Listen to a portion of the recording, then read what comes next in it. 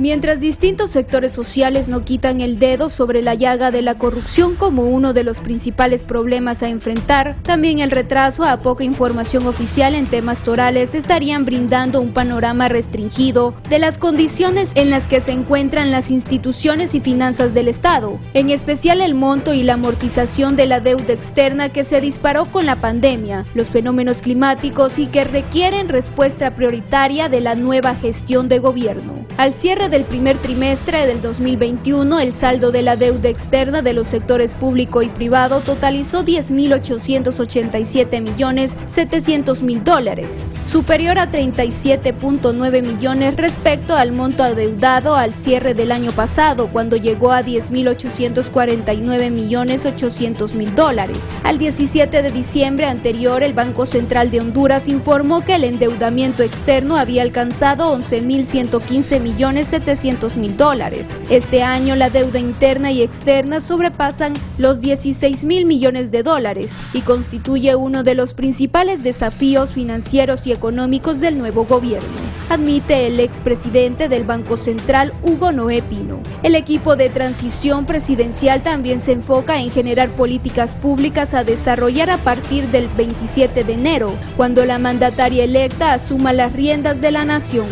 Pedro Barquero, miembro de la Comisión de Traspaso de la presidenta electa Xiomara Castro de Celaya, detalló que las mismas serán la columna vertebral para atender problemas en salud, educación, empleo y seguridad, aunque existe un vacío de información sobre el funcionamiento de las entidades del Estado. Las estadísticas educativas reflejan una creciente y constante deserción en 2015, 2016, 2017 y 2018, números empequeñecidos por las secuelas de la pandemia, la destrucción de unas 500 escuelas por fenómenos climáticos que distanciaron o impidieron el acceso a clases virtuales a más de 800,000 escolares el año anterior. El otro eje social es el sistema sanitario, cuya cobertura es limitada y muy golpeada por la pandemia de la COVID-19. En 2018, una serie de protestas de plataformas gremiales demandaron la derogación de decretos ejecutivos, PCMs tendentes a tercerizar o privatizar los servicios. Actualmente, más de 8,000 trabajadores del sector salud en primera línea de lucha contra la pandemia demandan permanencia laboral, a lo que se le ha dado respuesta a paso de tortuga para trasladar el conflicto de la nueva administración. El gobierno de Xiomara Castro recibe la ENE en una aguda crisis financiera que al mes de diciembre del 2021 contaba con un déficit acumulado de 80,000 millones de lempiras. Barquero advierte que este año habrá cortes de energía inevitables y a menos que las inversiones se retomen se podrán evitar que se repitan en el 2023. La crisis económica de la empresa hondureña de telecomunicaciones Hondutel es otro legado azul que está lejos de resolverse, y a esto se suma la movilización y el paro de sus trabajadores que reclaman por salarios atrasados. Al cierre de noviembre pasado, la estatal telefónica, gallina de los huevos de oro de gobiernos pasados, obtenía pérdidas de 273 millones de lempiras y cortes de energía por falta de pago, afectando sus servicios de internet.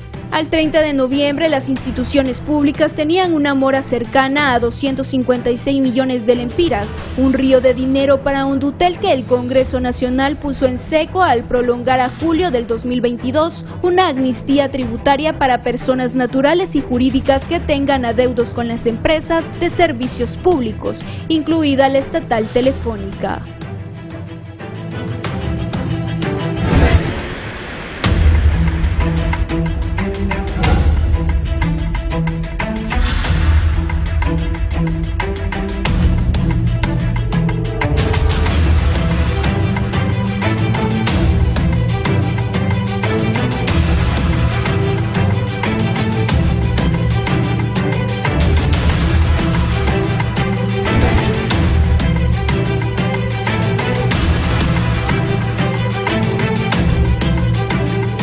Muy buenos días, sean todos bienvenidos al foro La Entrevista. Les saluda gustosamente Kimberly Espinosa. El tema a abordar esta mañana, nuevas políticas públicas que desarrollará el gobierno de la presidenta electa Xiomara Castro de Celaya. Para abordar la temática me acompaña Pedro Barquero, miembro de la Comisión de Transición. Hola Kimberly, buenos días, un gusto saludarte y un gusto de compartir con Marcio Sierra el foro de hoy en la mañana y un saludo y un abrazo al pueblo hondureño que siempre está pendiente de la entrevista. Muy bien, también me acompaña efectivamente don Marcio Sierra, buenos días. Mucho gusto Kimberly, muchas gracias por la invitación. Pedro, bienvenido, buenos días y también buenos días a todo el pueblo hondureño que estamos pues muy contentos de poder informar todos los desastres que nos está dejando este gobierno para ver cómo nosotros vamos a enfrentarlos, pero sí les prometemos que vamos a encontrar las soluciones para sacar a este país adelante. Muy bien, comenzamos de lleno con el tema. Pedro, ¿qué están recibiendo hasta el momento?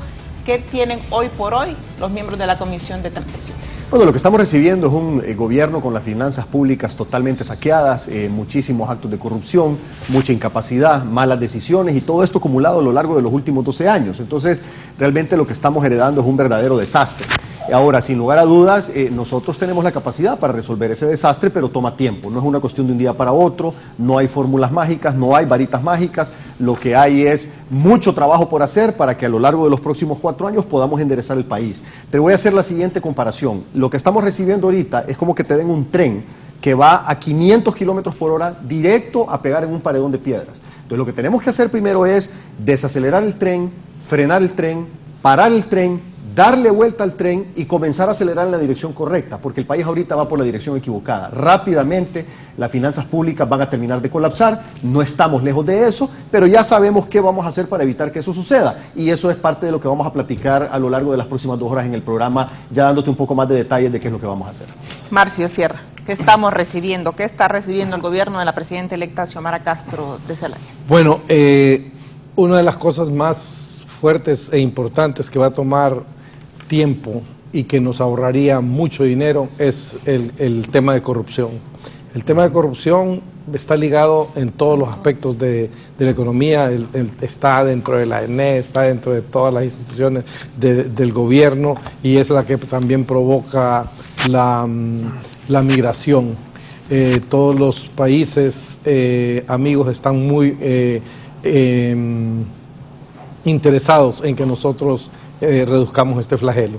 También estamos recibiendo un país saqueado completamente, porque si te digo, Kimberly, precisamente estábamos viendo ahí unos cálculos y al 31 de diciembre la caja tenía 800 millones.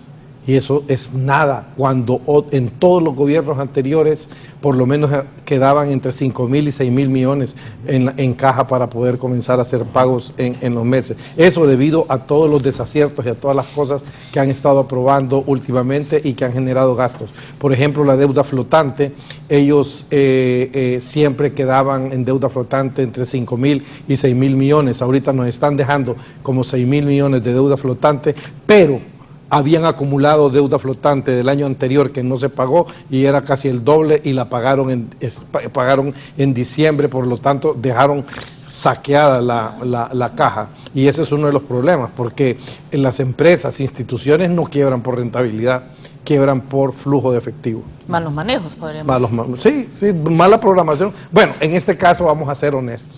En este caso la intención no es esa, es hacer ver mal al partido que está tomando el poder, al partido que está entrando a tomar la administración, para que ellos crean de que es que nosotros vamos a fracasar.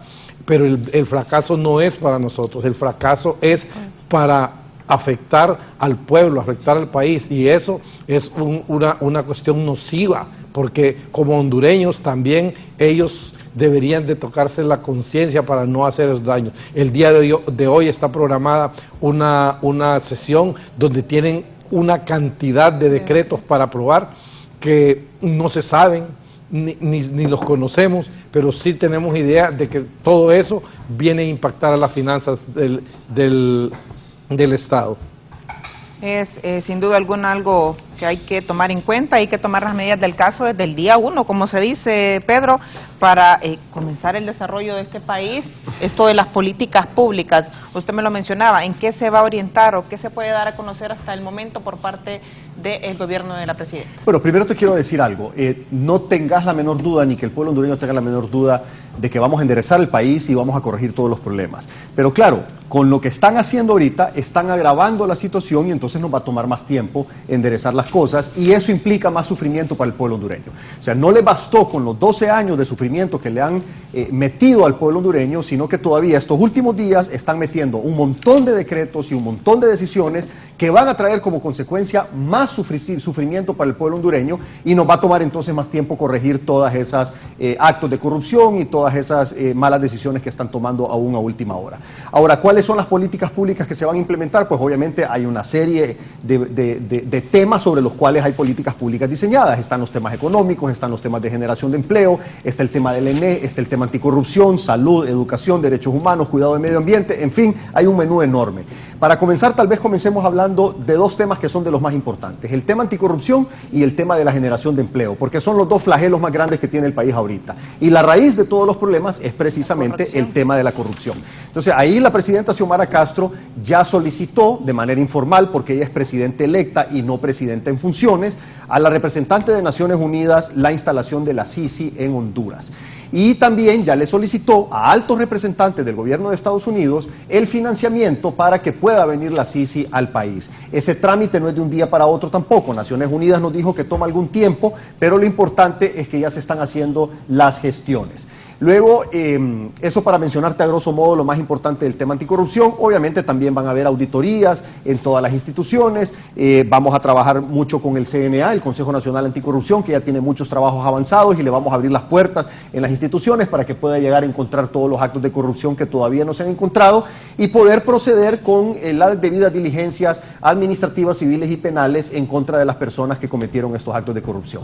Vas a escuchar mucho de ahora en adelante, Kimberly, que van a andar saliendo con la excusa que es persecución política o que estamos afectando la seguridad jurídica. Ni lo uno ni lo otro. No es persecución política lo que va a haber en el país, es justicia. Todo el que cometió actos de corrupción va a ser investigado y va a recibir un castigo en base a ley. Y no es tampoco inseguridad jurídica. No vamos a permitir que ninguna persona amparado en el concepto de seguridad jurídica quiera tapar actos de corrupción. Eso no es permitido. La seguridad jurídica es para que las reglas estén claras y que las cosas puedan hacerse bien en función del bien común, no para legalizar actos de corrupción y contratos amañados, licitaciones manipuladas y todo ese tipo de cosas que se han dado en la última década. Así es que advierto al pueblo hondureño, van a escuchar mucho esas dos palabras, persecución política y falta de seguridad jurídica. No es ni lo uno ni lo otro y no nos dejemos engañar. Con lo de la Sisi, ¿será con plenos poderes? Porque la Maxi se quedó un poco corta o la dejaron limitada desde el Congreso Nacional. Y esto sí, lo que ha mencionado usted, dicen algunos empresarios que lo que debe de hacer una misión es fortalecer la institucionalidad y no venir a hacer el trabajo del Ministerio Público, es que, de la Corte Suprema. Ahí hay un tema. Nosotros entendemos que hay personas que dicen que eso es ceder un poco de soberanía, permitir que venga una institución de afuera a tener una incidencia directa en lo que es la operación de la justicia en el país. Lamentablemente en este momento no hay opción. ¿Por qué? Porque nuestros operadores de justicia no están preparados para poder hacer justicia, valga la redundancia. Entonces, como ellos no están preparados para hacer una verdadera justicia en el país, necesitamos entonces este tipo de operaciones. ¿Qué es lo que se va a hacer? Pues obviamente se van a tomar las lecciones aprendidas de la MASI y de la CICIG en Guatemala, para poder diseñar un modelo que funcione y que no sea tan fácil que lo saquen como lo sacaron los corruptos y corruptores de este país a la MASI y los corruptos y corruptores de Guatemala a la CICIG de ese país. Entonces, con esas lecciones aprendidas se va a diseñar el modelo que tenga sostenibilidad en el tiempo. Ahora, ¿cuánto tiempo? El necesario para fortalecer nuestros operadores de justicia, para que eventualmente no sea necesario tener una misión de acompañamiento, sino que sea nuestro sistema judicial el que funcione, nuestro sistema de justicia como un todo, el que funcione bien y entonces en ese momento, cuando ya estén funcionando bien nuestros operadores de justicia, se despacha la misión de acompañamiento y quedan nuestros operadores haciendo el trabajo localmente. Van a ocuparte el Congreso, sin duda alguna, para aprobar. Claro, para eso se ocupa el Congreso y por eso es que necesitamos... Mayoría calificada. Bueno, hay muchas formas de hacer las cosas. Vamos a encontrar la manera de hacerlo.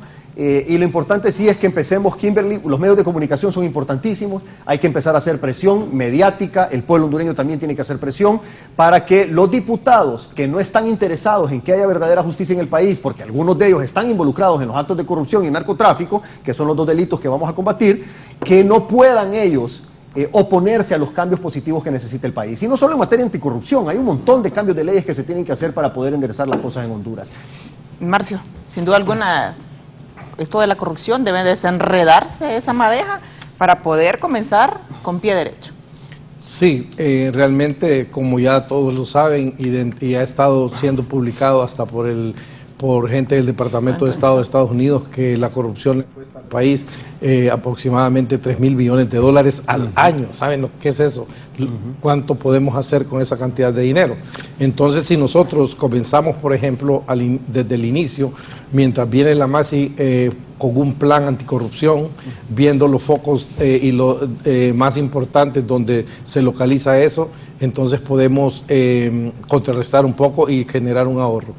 En cuanto a lo que es la parte de las políticas públicas, pues nosotros tenemos por ejemplo, dentro de la política fiscal, impulsar mucho lo que es la inversión pública. Sí, la inversión pública es importantísima para poder generar inversión privada, porque lo que hace un Estado es facilitador para que el sector privado pueda poner toda su inversión a trabajar con el apoyo de lo que el gobierno da.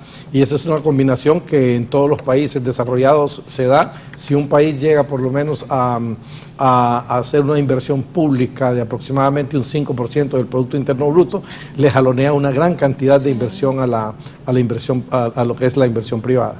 Por otro lado, tenemos la otra política que es reducción y contención del gasto. Hay demasiado gasto corriente, demasiado gasto superfluo que se han venido realizando. Ha sido un derroche. No sé cuánto te cuesta, bueno, anda como $100-120 diarios el alquiler de un carro, y te ves 1.000 carros diarios, cuánto es lo que estás gastando diario por eso, que no es necesario para funcionarios de tercer, cuarto nivel que andan haciendo mandados en los moles con 3-4 guardaespaldas y ese tipo de cosas. Nosotros no necesitamos eso. Nosotros incluso, tú ya viste en gobiernos anteriores cómo sucedió, no se miraba ese tipo de gasto. También tenemos que una administración efectiva de la deuda. La deuda en estos países es indispensable. ¿Por qué te digo que es indispensable? Porque si nosotros, por ejemplo, para el 2022 se van a generar 124.000 millones de lempiras, creo, de ingresos tributarios, entonces, y tienes que pagar 60.000 millones en salarios y otros 56.000 millones en servicio de la deuda para este año, ¿qué te queda para poder dar papelería, para poder dar gastos para funcionamiento? Solo van a estar sentados los empleados. Entonces hay que conseguir dinero prestado y donaciones para poder seguir echando a andar el motor del gobierno. En ese sentido, entonces, hay un tipo de deuda que es sana. Lo que no vamos a permitir es crecer en la deuda, e ir viendo, alargando los plazos, e ir viendo de qué forma vamos a negociar deuda cara contra deuda barata para poder también ir bajando la presión que tiene sobre el presupuesto. Y un tema importante es el siguiente: el déficit fiscal que este gobierno está dejando creo que lo tienen como aproximadamente en un 3.7%. Eso no estaba permitido por el Fondo Monetario, pero negociaron a ellos les vino a beneficiar ETA, IOTA y la pandemia. Hicieron cambios y negociaciones que les permiten hasta un 5%, de acuerdo a la ley de responsabilidad fiscal, de déficit. Entonces ellos se ampararon en eso, y luego este año, pero quieren que nosotros el otro año ya lo tengamos en 2. Entonces eso hay que ver cómo se va a lograr, pero ¿cuál es el tema?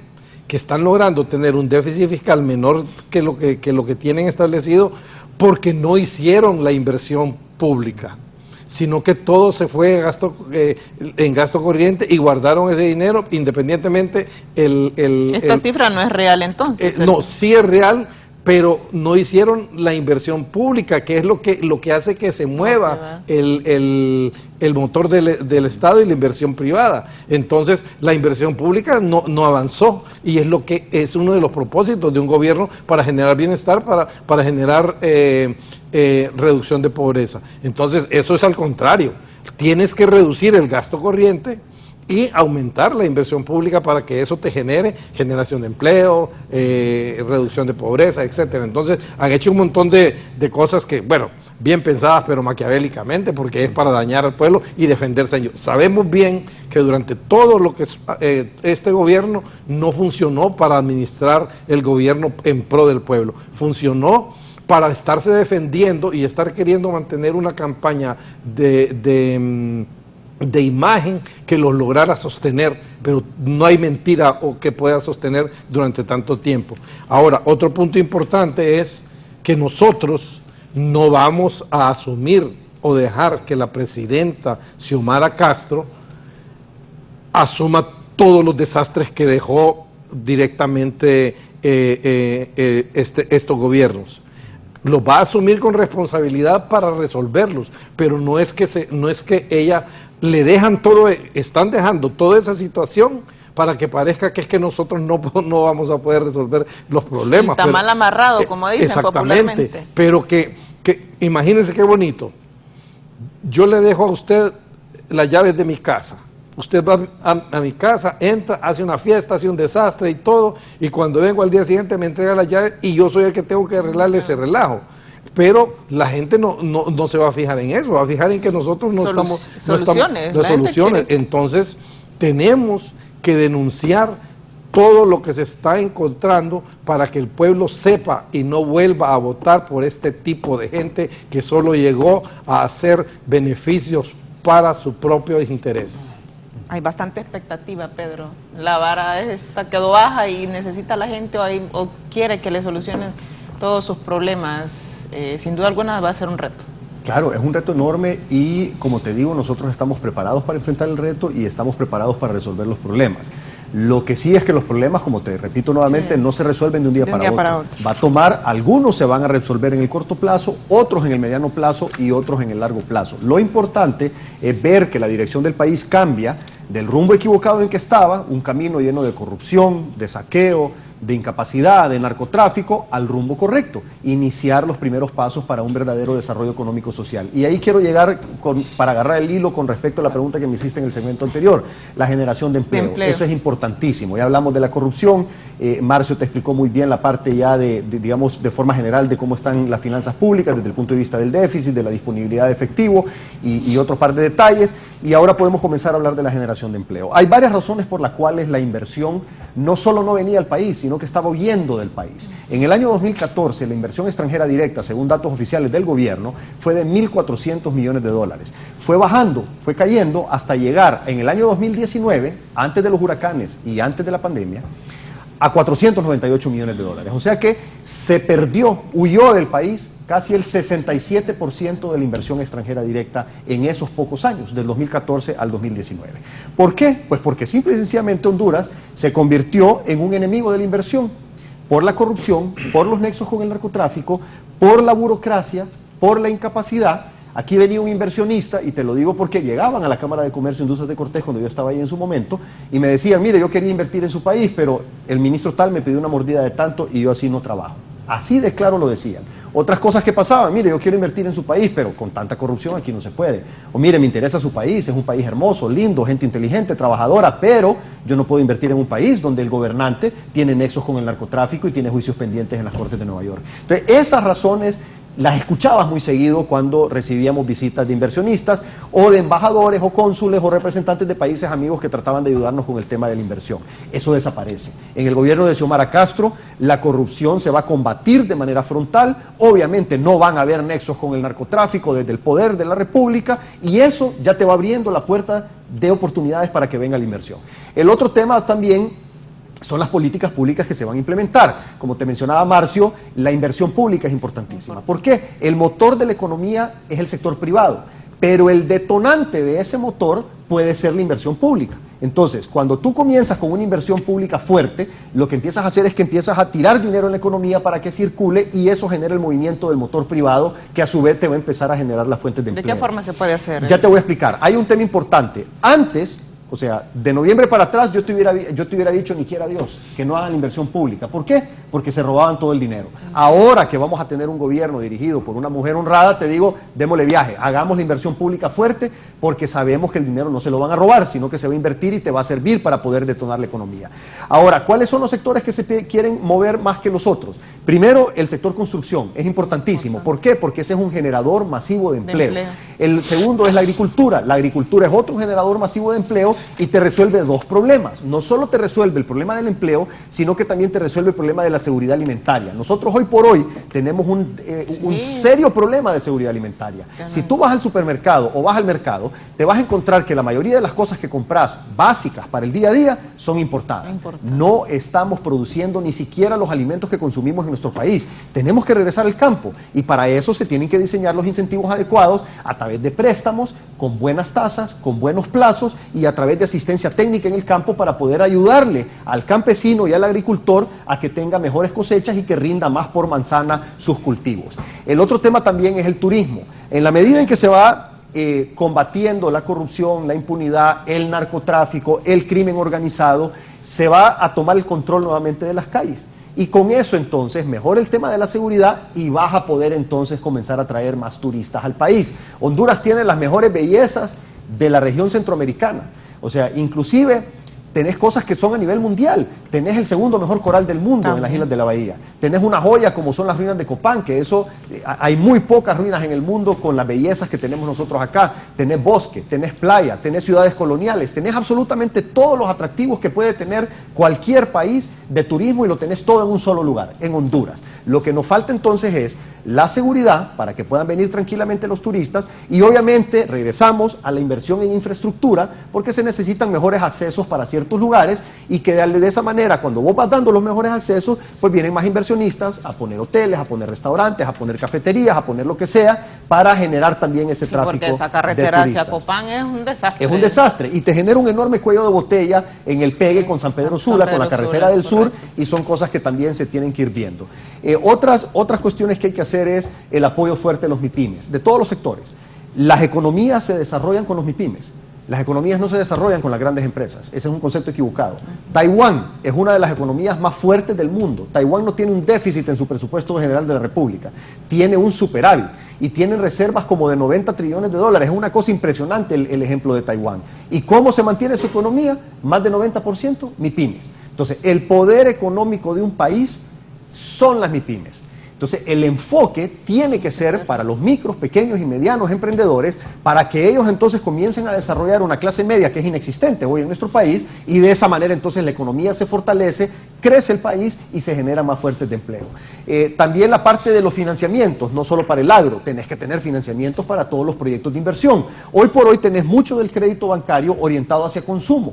Entonces necesitamos que en vez de estar orientando tantos recursos para consumo, que se orienten a actividades productivas que nos ayuden a generar empleo. Y tenemos que encontrar mecanismos también para convertir las remesas en mecanismos también de inversión para desarrollo, porque hoy por hoy también las remesas se van en consumo. Por lo general las personas agarran ese dinero de la remesa para poder vivir y obviamente están en su derecho, su dinero, pero hay que encontrar el mecanismo para que estas personas parte de ese dinero lo puedan invertir en actividades productivas y de esa manera ir desarrollando la economía. Entonces hay una infinidad de cosas, Kimberly, que se van a hacer para poder comenzar a mover la carreta de la generación de empleo en el país. Hoy por hoy, Kimberly, según datos oficiales del Instituto Nacional de Estadísticas en la última encuesta de hogares, 9 de cada 10 personas de la población económicamente activa tienen algún tipo de problema de empleo, ya sea porque están subempleados o porque están desempleados o porque están desalentados. Hay 4 o 5 categorías de problemas de empleo y el 90% de la población económicamente activa cae en una de esas 4 o 5 categorías de problemas de empleo. Es una situación grave la que tenemos en el país y obviamente todo este desastre por los problemas de empleo, por la falta de salud, la falta de educación, el irrespeto a los derechos humanos y todo ese tipo de cosas son los que te provocan que el hondureño se tenga que ir a Estados Unidos, a España y otros destinos en la migración ilegal. Y nosotros estamos perdiendo lo más valioso que tiene el país, nuestro capital humano. Se nos está yendo por montones. Eso lo tenemos que eliminar de inmediato. Tenemos que asegurarnos que el capital humano se quede aquí y que nos ayude a desarrollar el país desde el punto de vista económico y social. Obviamente tenemos que darles salud, tenemos que darles educación, tenemos que prepararlos y tenemos que traer las inversiones para generar el empleo. Esto toma tiempo, Kimberly, pero es posible hacerlo. Marcio, se habla de la fusión también de algunas instituciones para eficientar el aparato estatal. ¿Cómo avanza este proyecto y cómo se va a desarrollar? Bueno, precisamente antes que eso de contestarte, quiero apoyar un poco lo que estaba diciendo Pedro. En realidad Honduras, nuestro país, es un país rico. Tú te vas por todas las zonas occidente, en el sur yo he estado manejando un proyecto muy grande, cómo produce ahí y ni se dan cuenta aquí en el centro todo lo que exportan esas empresas en el Caribe, en la costa norte. Entonces somos un país rico, pero está empobrecido por lo que las medidas que han tomado estos gobiernos y altamente endeudado. Entonces eso nos pone una camisa de fuerza. Obviamente la estructura que diseñaron para este gobierno, pues si lo ves, está hecha para realmente hacer negocios, no para una gestión pública que beneficie al pueblo. ¿Por qué te digo eso? Porque tú no traspasas las funciones del Estado al sector privado y dejas a esa gente trabajando sin funciones y pasas esas funciones a fideicomisos, a comisiones, a diferentes mecanismos que ellos se han ingeniado. Y también uno de esos propósitos es evadir lo que es el uso de la ley de contratación del Estado, donde te pone ciertas restricciones. Es cierto, te tardas más tiempo para contratar, pero hay transparencia y hay procesos que se tienen que seguir, mientras que yo pues tengo 4 amigos y a los 4 les reparto los contratos y ya, no hay problema, mientras que no. Nosotros queremos democratizar la industria de la construcción, democratizar el financiamiento al sector agrícola, que todo el mundo tenga acceso. Ya se vivió eso en varias etapas del país. Antes, cuando yo trabajé en el FIS, ahí llegaban contratistas de todo el país a hacer fila para participar y tener. Entonces se distribuía todo el ingreso en todos lados. Aquí tienes 4 empresas que después subcontratan a otras empresas y de otras empresas subcontratan a otras, y ya cuando llegan al pueblo donde les toca hacer, es un tipo que viene ganando una cosa y al final viene a ser hasta un maestro de obra el que les hace el proyecto, y de aquí entonces eso te encarece mucho el costo y eso forma parte de un proceso de corrupción. En ese sentido entonces hemos pensado hacer una reestructuración de la organización del gobierno, donde se aglutinen o se reúnan cierto tipo de instituciones que están haciendo lo mismo, pero se hicieron esos proyectos e instituciones que hacen lo mismo porque cada quien tenía su isla y su propio feudo para poder hacer sus cosas. Encontramos, proyectos de vivienda en el IP, proyectos de vivienda en Convivienda, proyectos de vivienda y así sucesivamente, proyectos de infraestructura en diferentes instituciones. Entonces, debe haber una institución rectora de lo que es la infraestructura, con sus programas y todo, pero que haya una política directa que dirija todo eso. Y así lo mismo, una institución rectora del sector agrícola que una todos los fondos y eso. Y también ahí se reduce gasto en personal, gasto en gastos administrativos y todo. Otra cosa, poner una meta de gastos administrativos que puede andar más o menos en el 10% sobre lo que es la inversión. Esos son estándares internacionales. Aquí ni cuenta se dan cuánto es lo que se gasta por proyecto. A veces, lo que te decía ahorita, si hace una evaluación del gobierno en relación a la inversión pública, salen completamente aplazados, porque la inversión pública es mínima y el gobierno creció del 2009, el presupuesto, que eran 112.000 millones de lempiras, a 300 8.000 millones de lempiras que es ahora, estamos hablando más de 196.000 millones de lempiras de aumento. Entonces, esa reestructuración nos está llevando a hacer unas fusiones entre instituciones. ¿Cómo cuáles? ¿Cuáles están haciendo las mismas funciones? Bueno, por ejemplo, ahorita podemos hablar que es la más importante y que necesitamos que rápidamente esté funcionando para la generación de empleo, como lo decía, y es la parte de INSEP, Invest, con vivienda.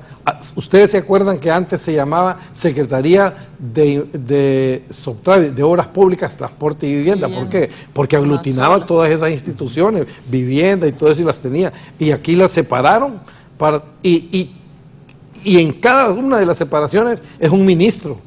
O sea, es ilógico. Tú puedes tener directores y que hagan sus funciones como directores ejecutivos y todo, pero el ministro es el que dirige una política, el que coordina toda la parte del sector y el que hace que la planificación que viene de arriba del Estado fluya hacia ellos y se pongan metas y objetivos para que cada quien tenga que rendir cuentas hacia el otro. Pero si todos son ministros, nadie le da cuenta a nadie. Sí.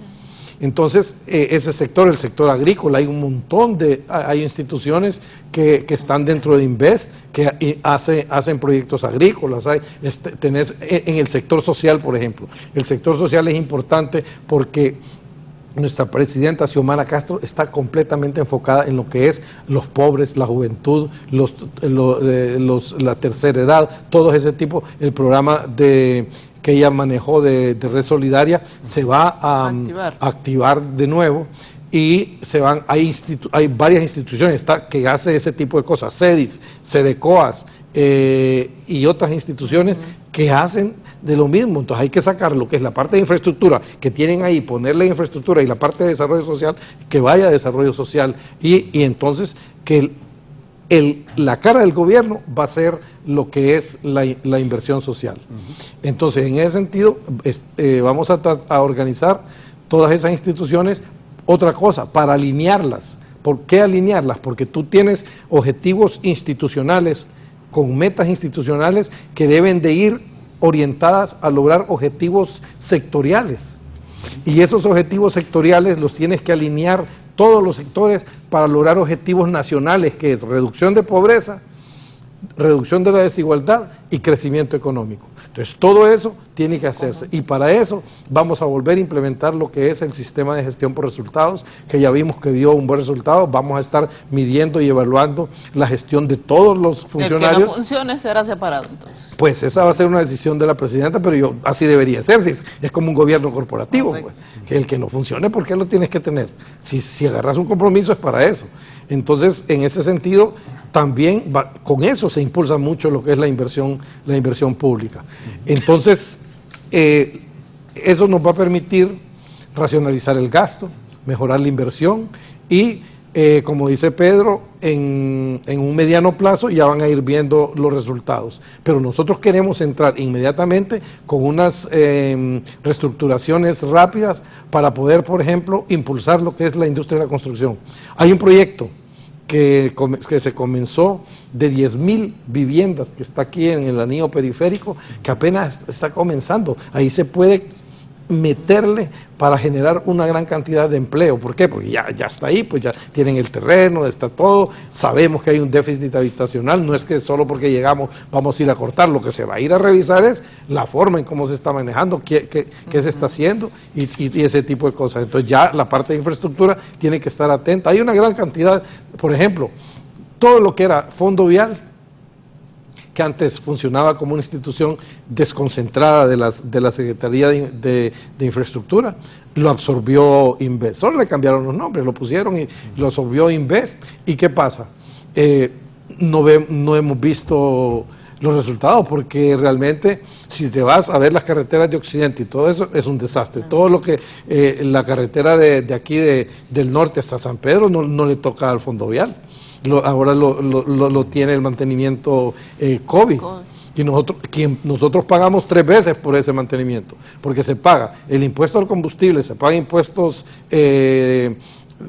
para las carreteras o algo así en las municipalidades, y se paga el peaje. Entonces, todo eso debe de ordenarse, y con toda esa reestructuración, pues se piensa ahorrar una buena cantidad de dinero, porque Bueno, tenemos unas 20, 25 instituciones. Crearon 19 instituciones nuevas. Por ejemplo, tienes una Secretaría de Transparencia, tienes el Instituto de Acceso a la Información Pública, los dos tienen más o menos cuestiones similares, y aparte de eso tienes las instituciones, dentro de todas las instituciones, una unidad para lo que es la parte de transparencia. Entonces hay 3 haciendo lo mismo. Entonces todo ese tipo de cosas hay que analizarlo.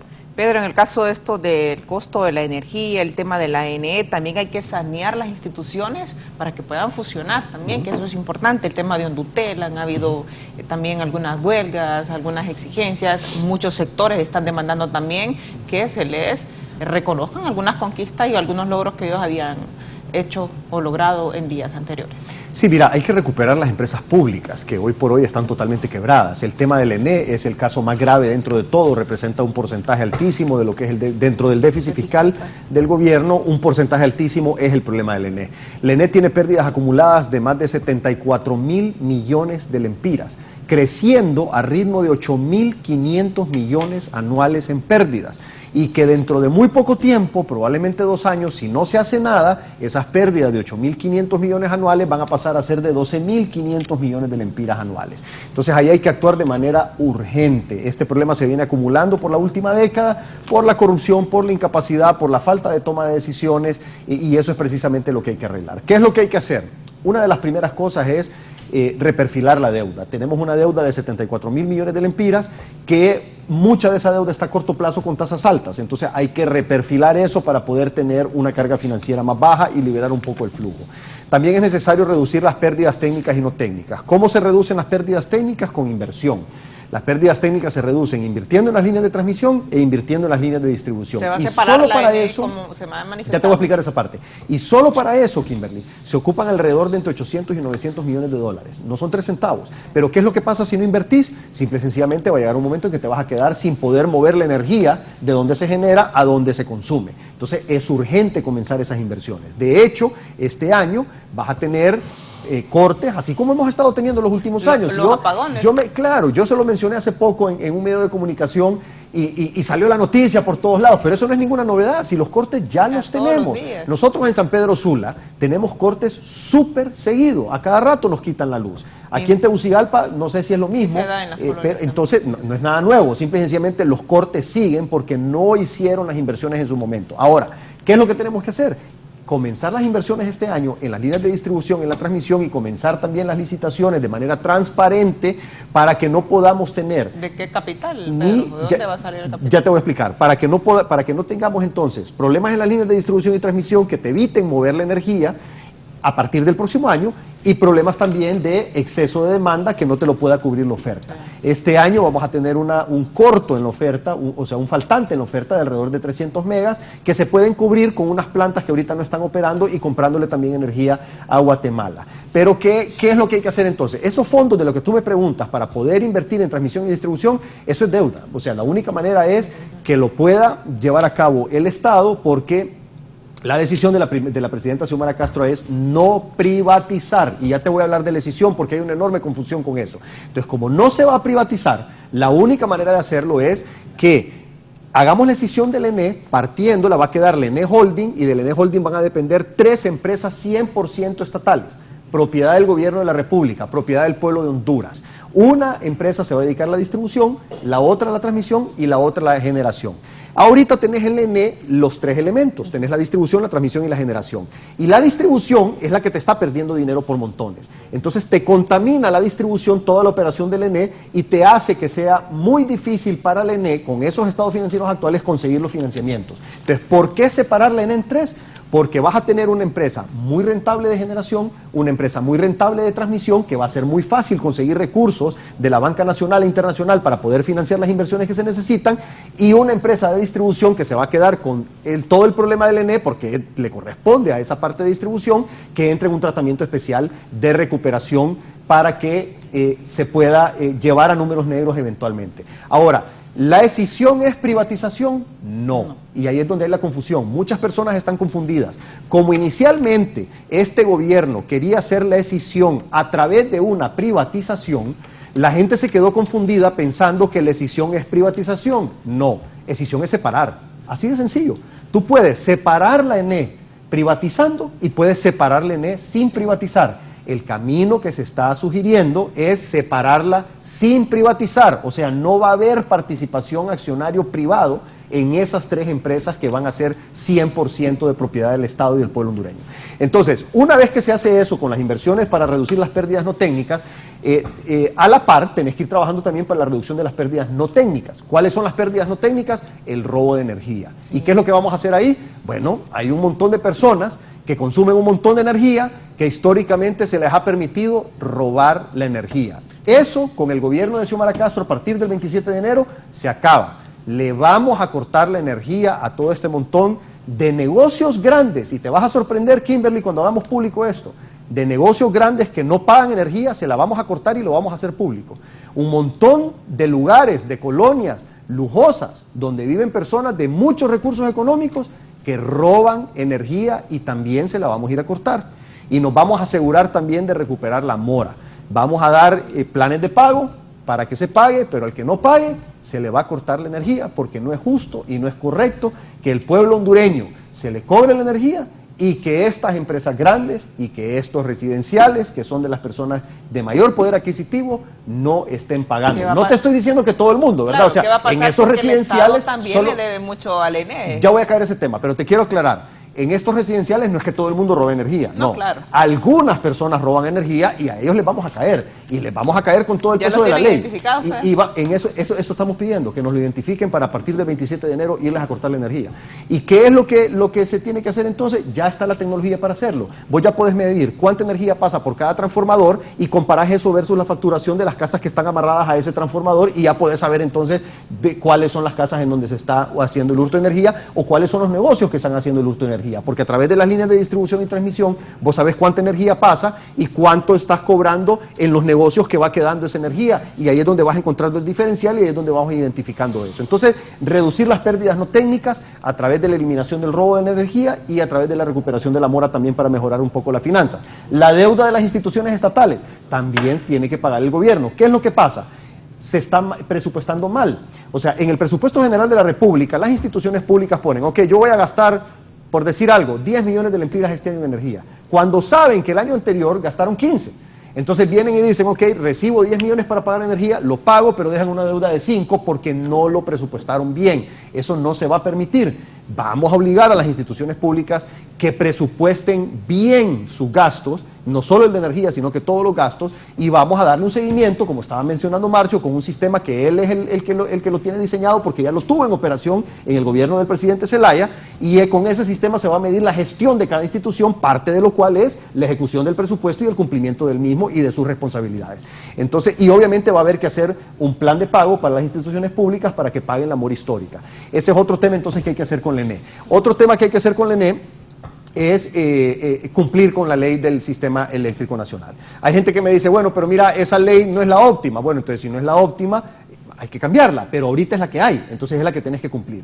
Entonces no podemos seguir incumpliendo la ley. Aquí en Honduras tenemos un serio problema de incumplimiento de leyes. Esa ley entró en vigencia en mayo del 2014 y hoy, 7 años y medio después, no ha entrado en operación. Entonces, ¿de qué te sirve pasar leyes si no se van a respetar? Ahí es donde viene la verdadera inseguridad jurídica. La verdadera inseguridad jurídica es que se pasan leyes y no se respetan. Entonces, si no nos gusta la ley, cambiémosla. ¿Qué leyes no nos gustan? Por ejemplo, el Código Penal, lo vamos a cambiar. La Ley Marco Protección Social no nos gusta, la vamos a cambiar. La Ley de Secretos, la vamos a eliminar. Todas esas leyes que han perjudicado al pueblo hondureño y que han favorecido la corrupción y el narcotráfico en el país, las vamos a eliminar y las vamos a cambiar para asegurarnos de tener un estamento legal que te ayude a realmente controlar el país y combatir las cosas que hay que combatir y motivar e incentivar las cosas que hay que motivar e incentivar. Muy bien. ¿Vendrán o no más impuestos, más carga tributaria para el pueblo hondureño? No, esa es una promesa. Pedro, okay. Después de la pausa.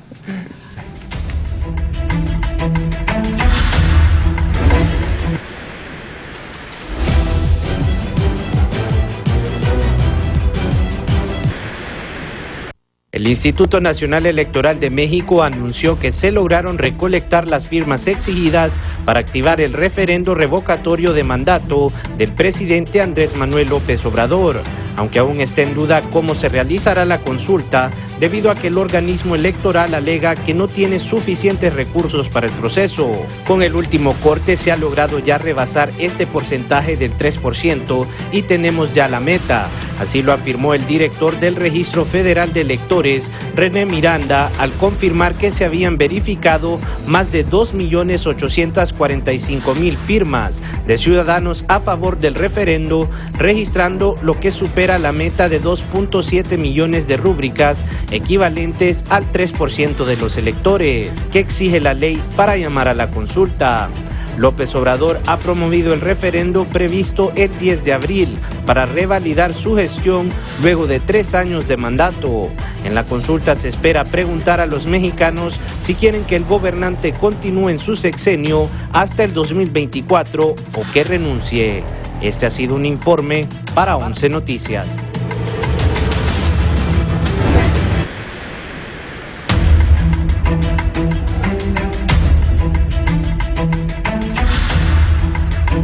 Continuamos con más del foro, la entrevista. ¿Vienen o no más cargas tributarias para el pueblo hondureño? Ya nos había adelantado Pedro que no, pero que sea Marcio Sierra quien nos diga por qué no, y porque siempre queda la duda. Así como están recibiendo ustedes el Estado, entonces dice, ¿de qué forma van a hacer para sobrellevar y cumplir con todos los compromisos que tiene el gobierno entrante? Sí, mire, realmente ha sido una política que incluso esa política se mantuvo durante el gobierno del presidente Zelaya. No más impuestos, no devaluación, no hubo. Ahorita no estoy diciendo que no va a haber, ¿verdad? Pero los tiempos son diferentes, pero no más impuestos. Cuando usted habla de que cómo se va a financiar, pues no deberíamos de financiar todo el desastre que nos están dejando a costillas de la gente. Entonces, para eso es que nos llaman a nosotros, para resolver problemas con iniciativa, con creatividad y ver las maneras en que se pueda ir resolviendo los problemas. Uno de ellos, como ya le decía, reducción del gasto, reperfilamiento de la deuda, una administración efectiva de la misma deuda y otro tipo de medidas que nos permitan reducir esa brecha y ese déficit. Sin embargo, no prometemos que vamos a quitar impuestos que ya están. Porque eso sería hacer más grande el déficit, porque serían ingresos que se dejan de percibir. Si ya vimos que con lo que genera el gobierno de impuestos apenas cubre 2 rubros, y lo demás hay que financiarlo de otra manera, sería muy difícil en estos momentos.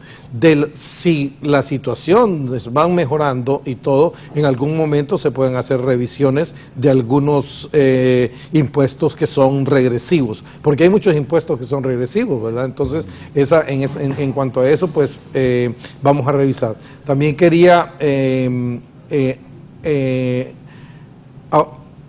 agregar a lo que estaba hablando Pedro en cuanto a la escisión de las empresas del ENE, es que al tener esas empresas separadas y ellas generan sus propios flujos, la banca internacional le puede prestar a cada una de esas empresas independientemente, sin ir con el respaldo de los flujos que ellos van a generar, sin ir a hacer un crédito respaldado por el Estado. Esos créditos respaldados por el Estado se llaman créditos soberanos. Esos serían créditos no soberanos y que no aumentan la deuda porque la responsabilidad es de la empresa. Ese modelo se utiliza en otros países, en Costa Rica, y financian muchas empresas descentralizadas y autónomas, y eso ha permitido que ellas crezcan y se gestionen solas, no tenga que respaldarlo del Estado. Entonces, esta es otra forma de no cargarle más también cargas al Estado, que al final vienen siendo cargas para el pueblo. Otra forma es también como una manera de compensar al pueblo, es darle energía gratis a las personas que consumen menos de 150 kilowatts. Eso también es como que usted le esté devolviendo un impuesto a la gente pobre. Otro beneficio que también viene siendo, y si realmente ese es una reducción de impuestos, es ¿cómo se llama? El subsidio al combustible. Nosotros vamos a revisar bien la fórmula y estamos viendo a ver cuánto es la cantidad de dinero que se le va a reducir al galón de combustible. Y eso es una promesa de campaña que vamos a cumplir, así como también el subsidio a la energía. Cada lunes la gente pega el grito al cielo, Sí, don Marcio, por ese tema, y Pedro, por ese tema del combustible, Sí. porque está súper caro. Sí, de hecho, todas las promesas de campaña se van a cumplir, o sea, todo lo que Xiomara Castro, hoy presidenta electa, ofreció durante la campaña se va a cumplir y uno de los mandatos que nosotros tenemos es precisamente de trabajar en el presupuesto general de la República para encontrar los recursos para poder llevar eso a la práctica. Ahora, ¿cómo se van a mejorar los ingresos sin necesidad de poner nuevos impuestos? Lo que mencionaba Marcio, de reperfilar la deuda. También vamos a hacer un trabajo fuerte en contra de la evasión y el contrabando, que todavía hay mucho espacio por trabajar en eso. Todavía hay mucha evasión fiscal, todavía hay mucho contrabando y nos vamos a meter fuerte en ese tema para asegurarnos de tener una mayor recaudación. También el tema de la corrupción. Al combatir la corrupción, los 75.000 millones de lempiras que hoy pierde la economía por concepto de corrupción, pues eso, una parte es del presupuesto general de la República y eso pasaría a inversión social. Con las medidas que vamos a tener de inversión pública se va a estimular la economía, va a crecer el PIB y ese crecimiento del PIB te va a provocar también más impuestos. También la reducción del gasto corriente que te mencionaba Marcio te va a liberar fondos dentro del presupuesto para poder dirigirlos a inversiones que sean más productivas para el país, y también la formalización del sector informal de la economía, que se tienen que generar los incentivos adecuados para que todos encontremos el camino para poder tributar y contribuir con el desarrollo económico y social. El énfasis de este gobierno va a ser, del nuevo gobierno, va a ser la parte social. Ahora, para poder enfocarnos en la parte social, en los temas de la reducción de la pobreza, en los temas de salud, en los temas de educación, derechos humanos, medio ambiente, para que eso sea una realidad, necesitamos tener una economía fuerte, sólida, creciendo y generando empleos de forma masiva. No solo a nivel macro, porque eso es lo que se ha vendido. A nivel macro no le sirve al pueblo hondureño. O sea, eso es como que te digan, mira, vamos a hacer una casa, y te hacen las bases y te dicen, ahí está tu casa, y las puertas, y el techo, y las paredes, y el piso, y la cocina, y los baños. O sea, no, para efectos prácticos no te sirve de nada. ¿Es necesaria? Sí es necesaria, porque sin una base, claro, pues no tenés la casa, pero no te podés quedar ahí. Entonces, ¿qué es lo que tenemos que hacer? Pues obviamente construir el resto de la casa. Entonces, si tenés una macroeconomía relativamente estable, pues esa macroeconomía relativamente estable se tiene que traducir en beneficios para el pueblo hondureño, porque si no, no sirve de nada, que es lo que ha estado pasando en la última década.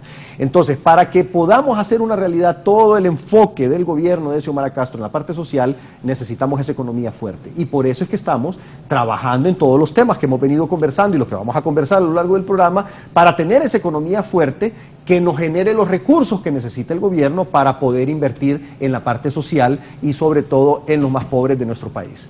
Otra cosa es que solo hablan de mantener la macroeconomía estable, sí, pero no dicen cómo. O sea, el tema es que aquí viene el Fondo Monetario, sí, y les dice, miren, esto es lo que tienen que hacer para tener la macroeconomía estable, indicador del déficit tanto, indicador tanto, todo tanto, y una serie de requisitos, y aquí nadie les negocia ni nadie entra en discusiones, argumentos económicos con los cuales nosotros, pues, entonces ¿qué pasa? Que la mayoría, ustedes vayan a ver en todo el mundo por qué el Fondo Monetario ha realmente, para mí ha fracasado, por qué el Fondo Monetario va a imponer solo medidas que afectan a los pobres, a la gente humilde. Entonces nosotros defendemos esas posiciones. Nosotros tuvimos pleitos fuertes y argumentos fuertes en el gobierno del presidente Zelaya. ¿Por qué no devaluábamos? ¿Por qué no aumentábamos impuestos? Y esto a costa de impuestos y una gran cantidad de medidas que hicieron durante estos años es que han mantenido esa macroeconomía estable. Pero así es fácil.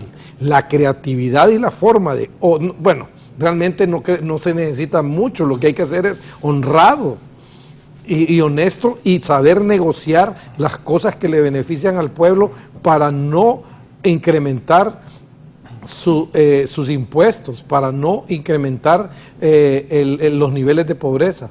Entonces, si nosotros venimos y negociamos, ellos están dispuestos a escuchar propuestas. Sí. Lo que pasa es que yo no he visto realmente en ningún país del mundo donde el gabinete económico sean abogados. Para mí, o que no hayan economistas. Yo no he visto economistas en estos años en el gabinete económico.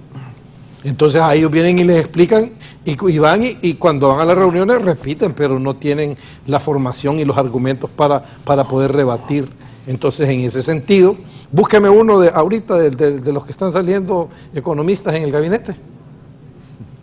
Entonces, ¿con qué argumentos va usted a poder rebatir y a poder pelear? Entonces, ¿qué hacen? Bueno, agarran esto.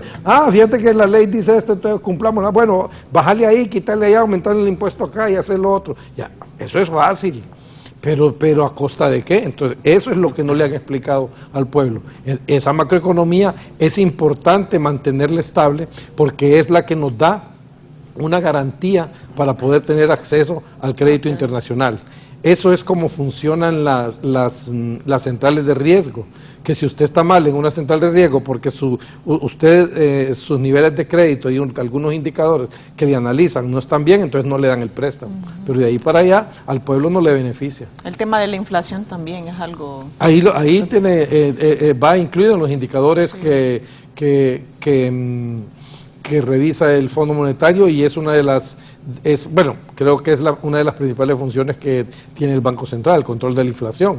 Pero también hay que ver si la metodología que están utilizando está actualizada y se está incluido todo. Esa revisión tenemos que hacerla nosotros de nuevo para ver si realmente esa inflación es real o no, porque muchos, cuando usted va en la vida real hacer las compras, no es lo mismo que le digan que hay un 2 o 3% de inflación cuando usted está viendo que los precios le aumentan, con solo el aumento en el combustible a cada rato, eso le genera bastante inflación y tiene un efecto multiplicador en la canasta básica. Entonces habrá que ver eso, habrá que revisarlo.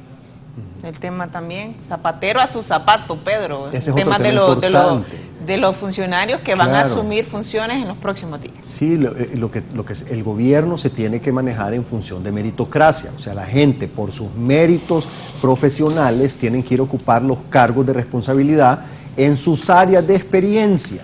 No podemos tener un zapatero trabajando de albañil, un albañil trabajando de carpintero, un carpintero trabajando de enfermero, porque entonces las cosas no funcionan bien. Por algo la gente estudia, por algo la gente trabaja, por algo la gente acumula experiencia para poder después ir a trabajar en eso.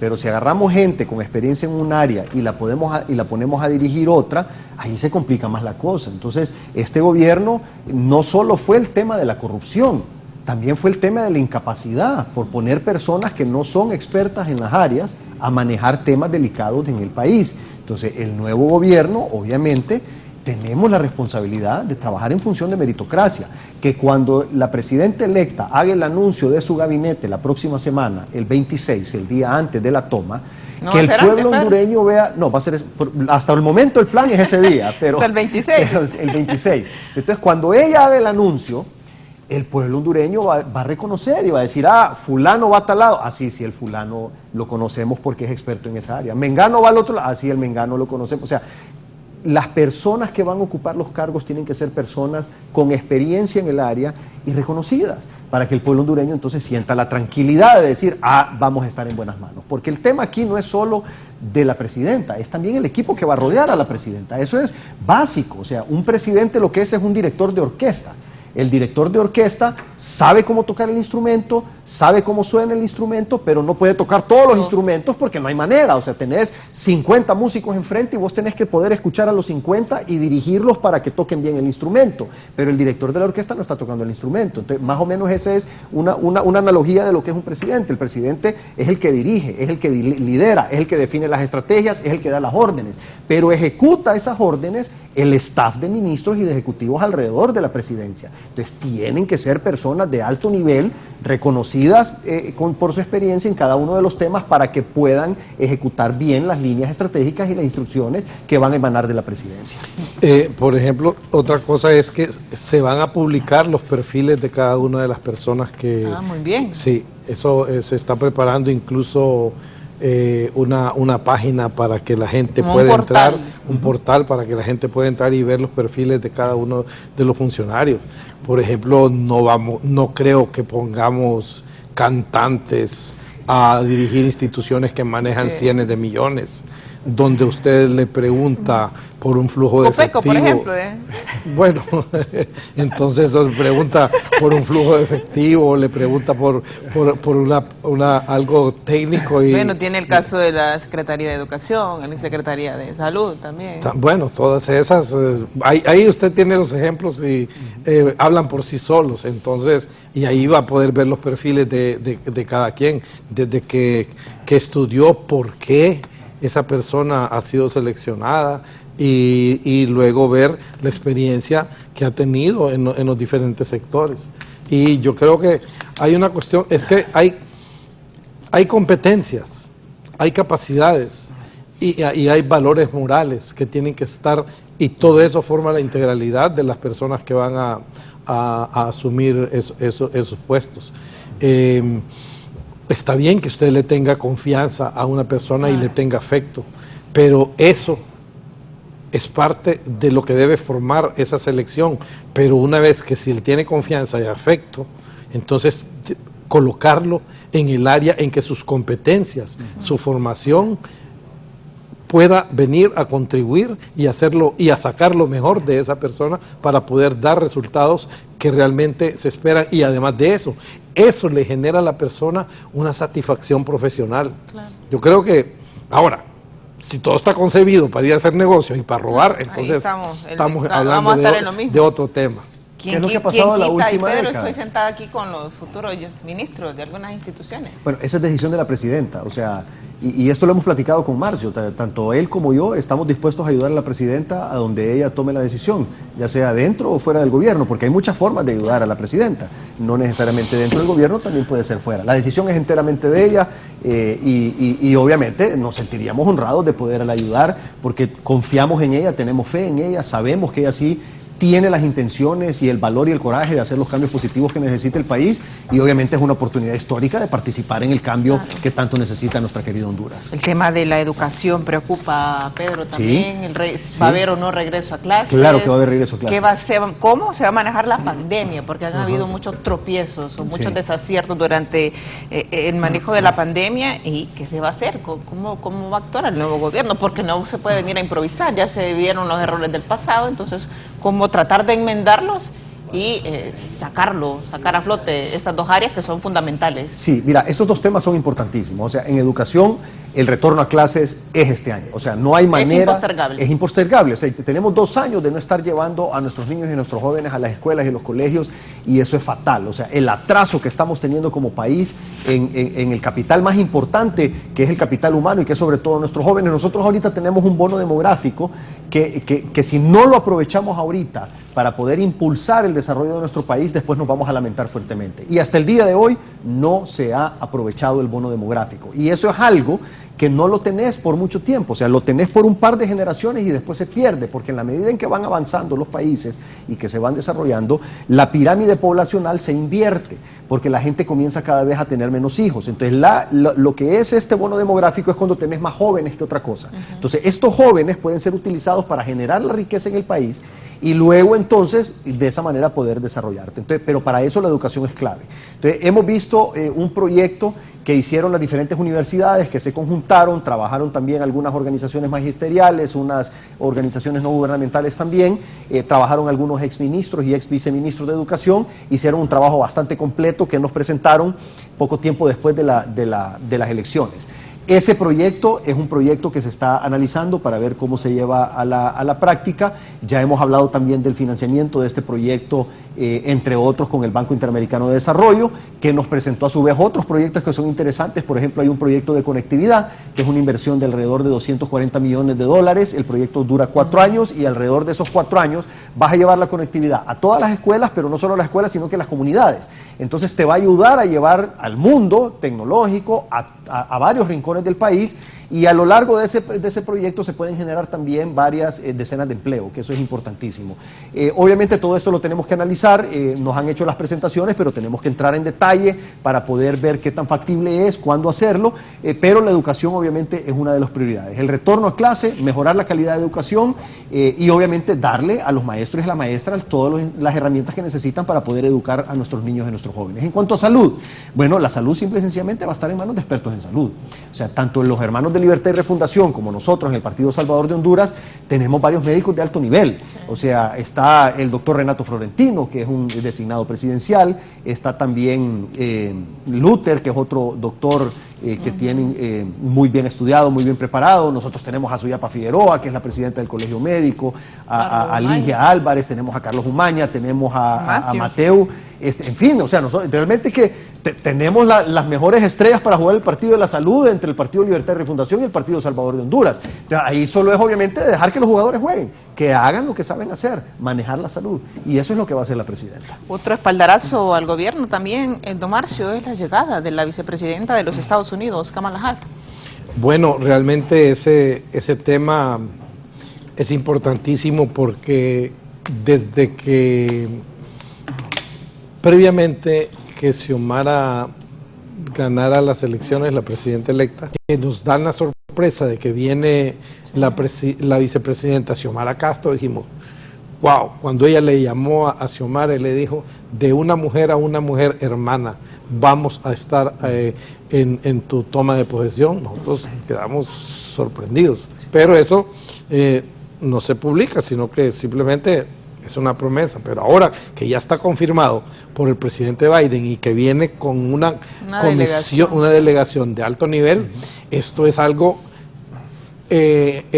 histórico para el país. Nunca en la historia ha venido un vicepresidente de Estados Unidos a una toma de posesión y con una comisión de esas. ¿Qué quiere decir eso?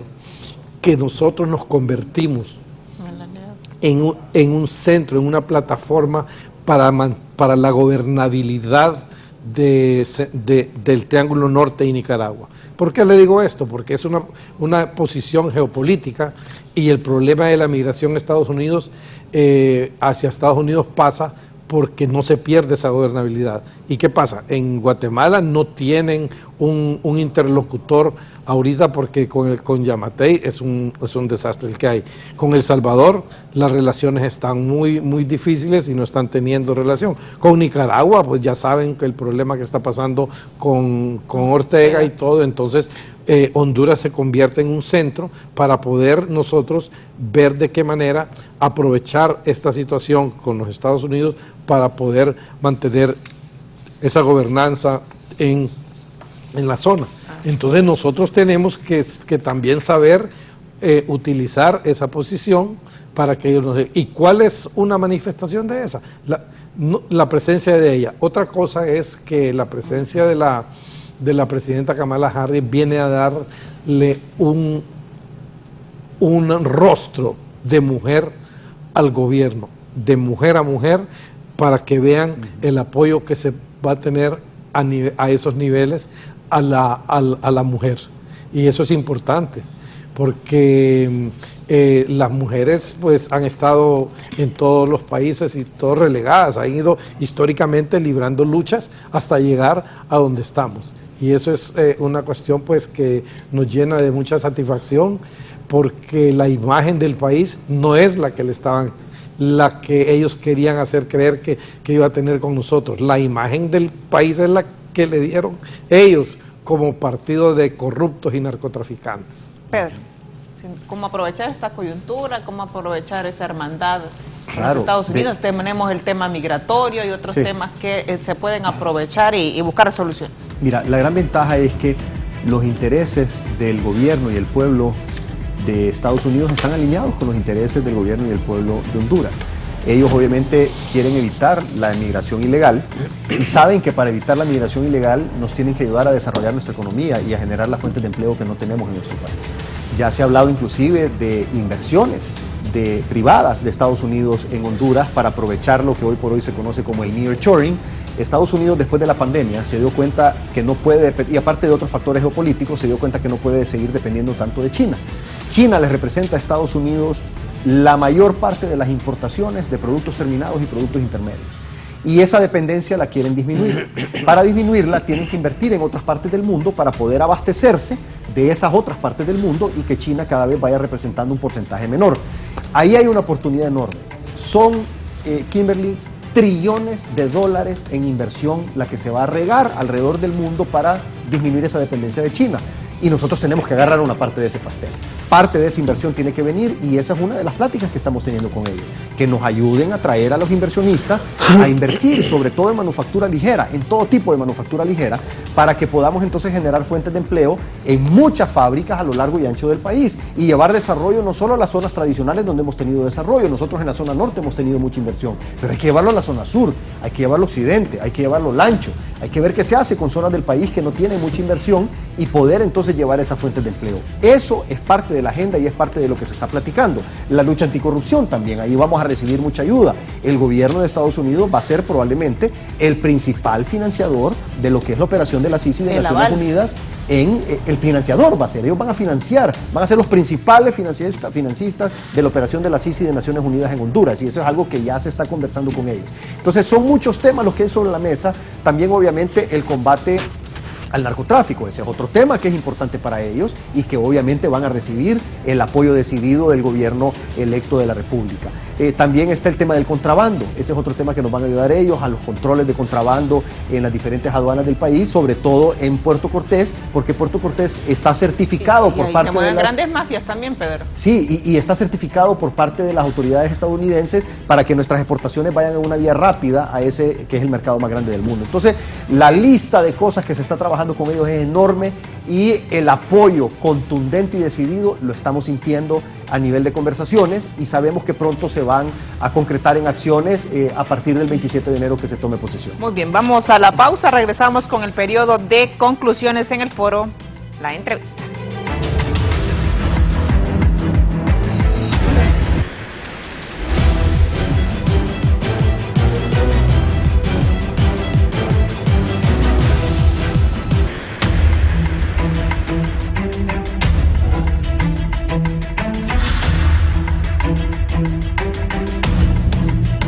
Bien, llegamos al final del foro, la entrevista, entramos ya al periodo de las conclusiones. Don Marcio, se viene un gran reto, ya también la toma de posesión el 27, ¿y qué le podemos decir al pueblo hondureño? Bueno, que el pueblo hondureño tenga y mantenga las esperanzas que ha mantenido durante este tiempo de que Xiomara Castro con su equipo de gobierno les va a apoyar en todo para poder sacar al país de la situación en que nos la entregan. También es importante decirles de que hemos estado nosotros como equipo de transición, con el equipo de transición de los sectores sociales y otro grupo de gente, preparándonos durante 2 meses en todos los aspectos para no llegar a improvisar, sino que para llegar desde el primer día a tomar decisiones y no perder el tiempo en lograr los objetivos y metas propuestos. Brevemente, gracias. Mañana hay reunión de bancada, el tema, o si me quiere dar una opinión, porque viene la elección también del presidente del Congreso Nacional, se habla de un respaldo a Luis Redondo, hay algunas disidencias dentro del Libre. ¿Cree usted que los liderazgos de Xiomara Castro y también de don Manuel Zelaya Rosales puedan aplacar los mismos y llegar a ese consenso? Sí, mire, mañana es la reunión del Partido Libre para hablar con los diputados. Mi opinión personal es que si se hizo una promesa de la presidenta Xiomara Castro y del líder del partido, el presidente Zelaya, pues debería de apoyarse lo que ellos prometieron. pero una cosa es eso y otra cosa es que los diputados también tienen libertad y autonomía para poder tomar sus decisiones y votar.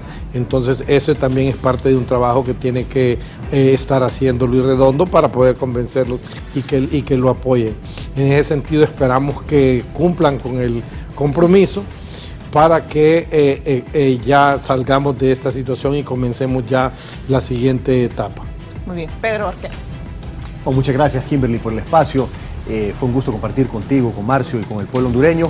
Tengan la seguridad que este próximo gobierno, que hoy es gobierno electo y que el 27 de enero toma posesión, se va a encargar de cambiar el rumbo equivocado del país. Vamos a salir de ese camino de corrupción, de narcotráfico y de incapacidad y vamos a empezar un camino de honradez y de capacidad y de profesionales trabajando cada quien en su área para poder comenzar a dar los primeros pasos del desarrollo económico y social de Honduras que tanto necesita y se merece el pueblo hondureño. Tengamos confianza que las cosas van a mejorar. No hay varitas mágicas, no hay fórmulas mágicas, hay cosas que toman tiempo, hay cosas de corto plazo, hay cosas de mediano plazo y de largo plazo, pero sí desde el inicio se van a empezar a ver que las decisiones que se van a tomar son las decisiones correctas. Ya tenemos diseñadas las políticas públicas que se van a implementar a partir de los primeros 100 días y esa va a ser la mejor señal que le va a dar la confianza al pueblo hondureño que las cosas están cambiando. Sobre la elección brevemente, Pedro. Bueno, no, nosotros tenemos a los hermanos de Libertad y Refundación, que una gran mayoría de ellos ha manifestado apoyo para tener a Luis Redondo en la presidencia del Congreso. Tenemos otros hermanos de Libertad y Refundación que lo están debatiendo, están en todo su derecho y confiamos en que al final, después de que terminen de analizarlo y debatirlo entre ellos, confiamos en que va a haber unanimidad alrededor del proyecto político que tenemos en Hermandad. Bien, muchísimas gracias a mis dos distinguidos invitados y también muchísimas gracias a usted por su sintonía. Buenos días.